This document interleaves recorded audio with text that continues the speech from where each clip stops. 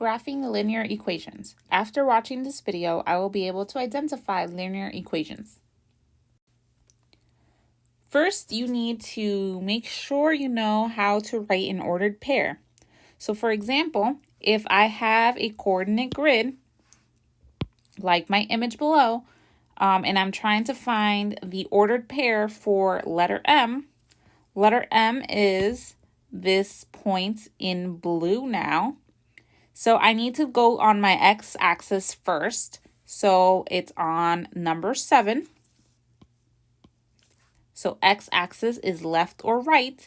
And then I'm going to go up or down the y-axis. So it's -2. So remember, x-axis is first and then the y-axis. So you're going left or right first. Then you're going up or down. And when you're writing an ordered pair, you always want to have a parentheses and a comma in between the two numbers so that we know this is an ordered pair. So I'm going to pause the video. You should try and label all of the ordered pairs. Make sure you know how to label them, and then press play to make sure you know how to solve them. So those are the coordinates of each of the points, the ordered pairs of each of the letters of the points on the graph. So we're going to start talking about a linear equation. And a linear equation is basically any equation that when you graph it on paper, it forms a straight line. So for example, I have 3 graphs below. The first one on the left forms a straight line. Therefore, this is a linear equation. Because the other two do not form straight lines all across, they are not linear equations. And we're actually going to learn about them a little later on.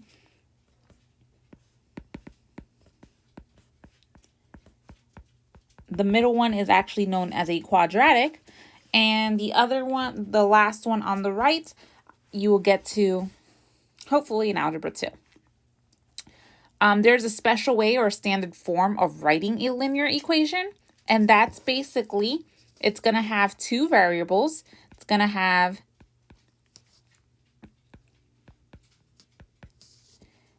ax plus by equals c. And this is known as the standard form. So a is just a stand-in for a number. B would also be a number. And C would be a number. So those numbers are called constants. And they're not going to be variables. It's just like a stand-in. X and Y would remain variables because the numbers could vary depending on where you are located on the graph. So if you had an ordered pair and you were to plug it in for X and Y, it would make the equation true, then that means that point or that ordered pair is located on the line.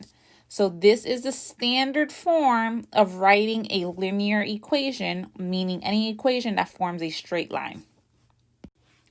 So I can actually determine whether an equation is a linear equation or not, depending on what is written and if it fits into the standard form. So the standard form means that I have to have numbers and then just X and Y in separate terms. So if I were to rewrite the example A into a standard form by adding 3x to both sides, 3x and y are not like terms, so I'm just going to keep them as is. This would be a standard form. Example B, because that second term says xy and my standard form has x and y in separate terms, this would not be a linear equation. So 1a would be a linear equation because if I had a 0 times x, that would just be 0 and we wouldn't write it. So this one would fit into a linear equation, the standard form. However, for 1b, because I have that x squared and my standard form does not have anything to the power of 2, this one cannot be a linear equation. So we can actually graph a linear equation by just picking a bunch of random values and plugging them in. So it's not the best way, but it can be done. So I would take an X and a Y. Your X is an independent variable, meaning you could choose whatever number you want X to be. Your Y depends on what X is. So if I choose 5 for X, I need to plug it in and solve for Y. So I'm going to just pick a bunch of random numbers and plug them in. So I like to pick numbers on the negative side. So I'm going to pick -2, -1, 0, 1, and 2 because it's good to have at least 5 points. And now I'm going to plug them in. So what's happening is I'm going to say, hey, Y equals, well, -3 times whatever X is, which would be -2 in the first case, minus 3. So I'm just going to fill in the table. So after I plug in my numbers, -2 in for X, -1 in for X, 0 in for X, 1 and 2 in for X, I got 3, 0, -3, -6, and -9. So now I'm going to plot my ordered pairs. So I have -2 and 3, -1 and 0 as an ordered pair, 0 and -3, 1 and -6, 2 and -9.